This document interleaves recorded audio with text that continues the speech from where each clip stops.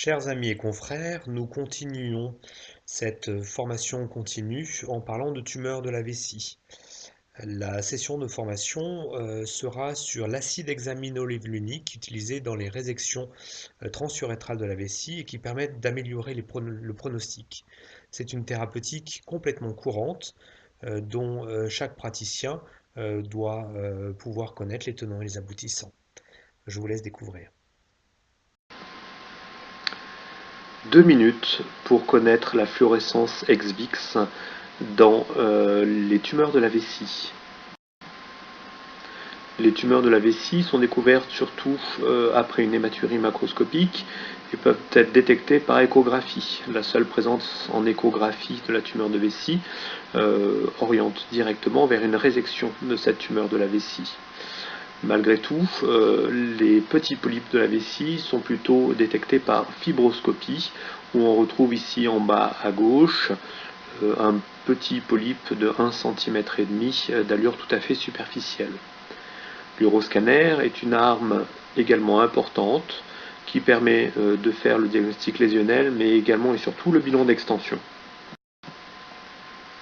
Le diagnostic est affirmé par une résection transurétrale de cette tumeur de la vessie, qui est un examen endoscopique passant par l'urètre, permettant de repérer la tumeur de la vessie et de la retirer.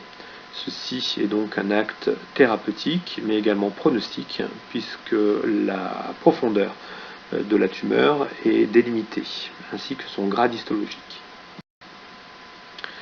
L'acide hexaminolévulinique, ou ex-vix, est mis en place une heure avant la résection dans la vessie par une sonde vésicale. Cela permet de visualiser des polypes de toute petite taille qui n'auraient pas été vus en lumière blanche et qui auraient évolué par la suite. Ici, sur la photo du haut, on voit parfaitement bien qu'avant la mise en place de l'ex-vix et en lumière blanche, il n'existe pas de lésion visible. Par contre, après injection d'ex-vix et en switchant la lumière blanche vers une lumière bleue grâce au cystoscope, on voit en fluorescent des tumeurs qui n'étaient absolument pas visibles. Les deux exemples du bas illustrent également ce fait.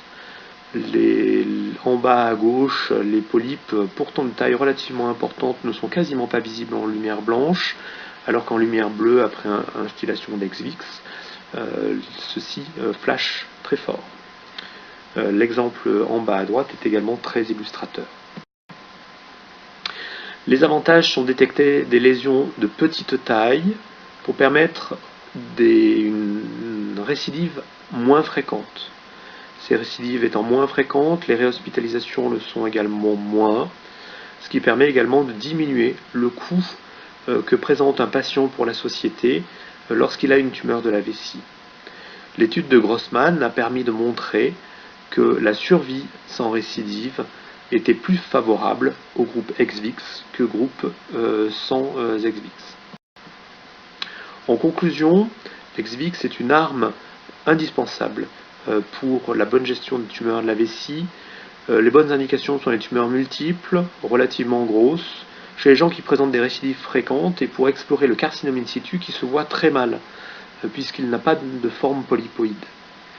L'utilisation de l'ex-vix permet d'améliorer la survie sans récidive et permet également de diminuer le coût.